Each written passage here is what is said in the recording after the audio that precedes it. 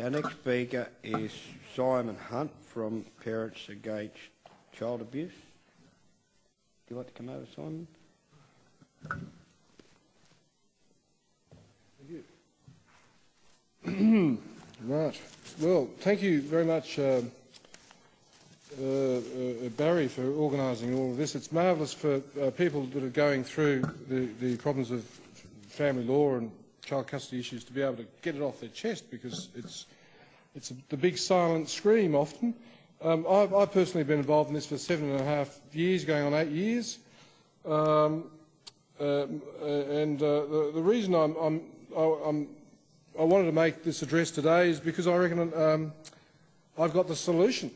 I've been looking at this problem long and hard, and I think the solution is pretty easy. So I want to share with you what I believe the solution is.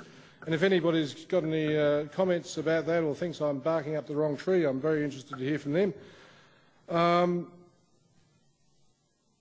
I'll just briefly go over the system that, as I see it. I'll make that really brief because everybody knows how terrible it is, and what I see the solution and how it'll operate. And I also want to touch briefly on the debate and what I see as the distractions as opposed to the issues and who represents what in the debate. So I'll just gloss over quickly the situation now. As you all know, when a marriage breaks down or a de facto relationship breaks down, there's kids involved.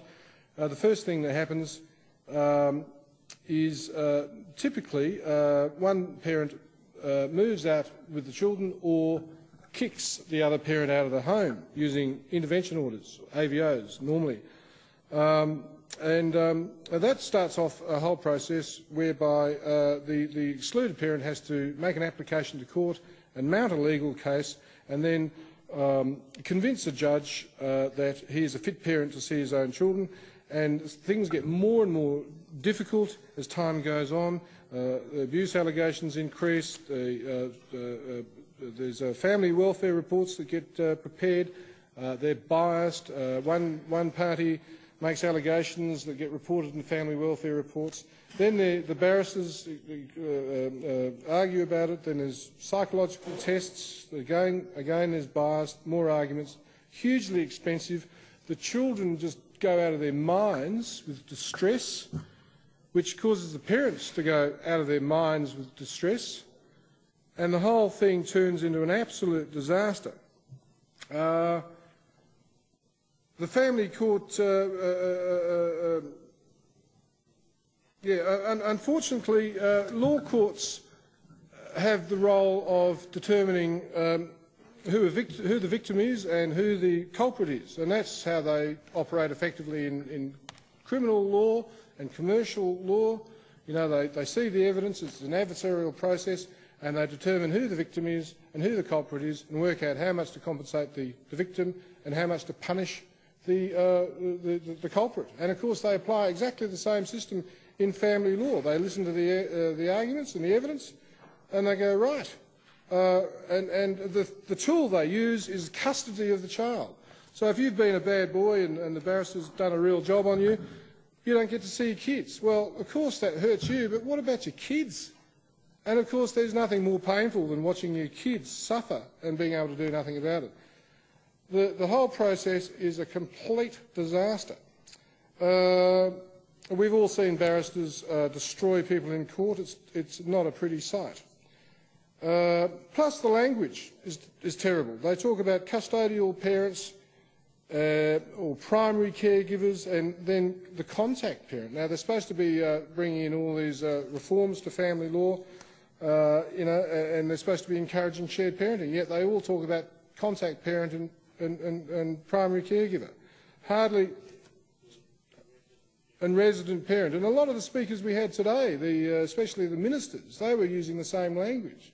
You know? And of course politicians being so polarised look at things in terms of two sides no matter what they're looking at. And of course family law doesn't involve two sides. It involves delivering the best result for children. If they focus on the children, they deliver satisfaction to both parents, and that's what we want. So it is an absolute disaster. The children loses the love and the guidance and meaningful relationship with one of their parents, usually the father. The long-term damage this causes is well known and documented and accepted by all. Nobody disagrees with the damage caused by throwing a parent out of the child's life. And unfortunately, it's so much worse than losing a parent through death, because the child grows up thinking that half of it is bad. They have terrible self-esteem problems. And of course, all of this is reflected in the statistics. And I hesitate there because it's so overwhelming. I'm getting to the solution, thank you. The solution is a silver bullet. Now, I won't read through all of them, but I can tell you they're all over. It would start off at 60%, 70%, 75%, 80%, 90%. And of course that's drug addiction, suicide, mental problems, problems with the criminal law. It is an absolute disgrace. 70% of all, here we go, 85% of children with behavioural problems, guess what? They come from single-parent families. So what are we doing to protect our children from this? Nothing at the moment. And of course that's what we're all here to do, to try to bring about change. Now, and I might add that one of the worst problems of single-parent children is sexual abuse.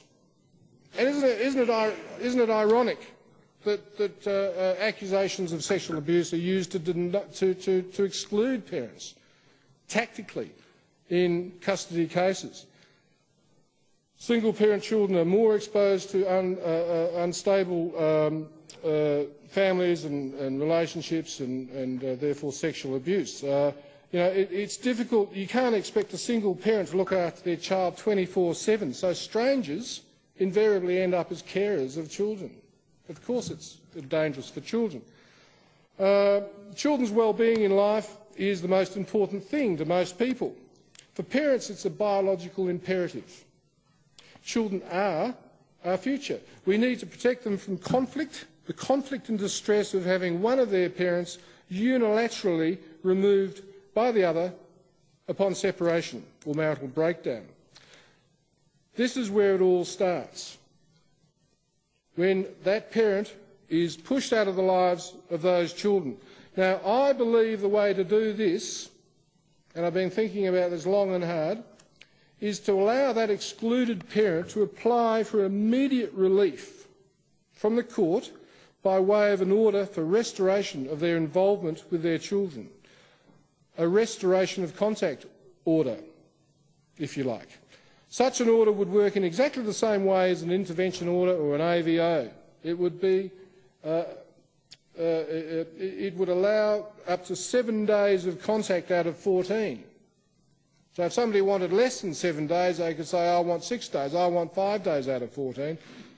It's signed off and it's immediately enforceable by the police. So mum doesn't want to take the kids around to dad, well, the police are on our doorstep saying, well, here's an order, you have to hand over the kids to their father because here's the order.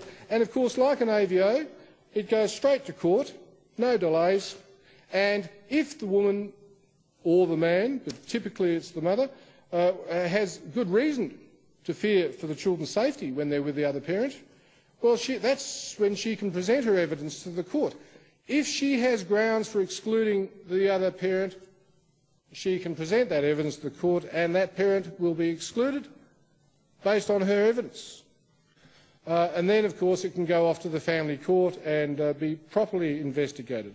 This would cut out 90% of all of the cases that go to family court, because how many women are going to go to court, or men, because it's mostly mothers, how many mothers are going to go to court and build a case to exclude their children's fathers? They're not. The only reason it happens so much now is because they can just do it by clicking their fingers and getting an intervention order.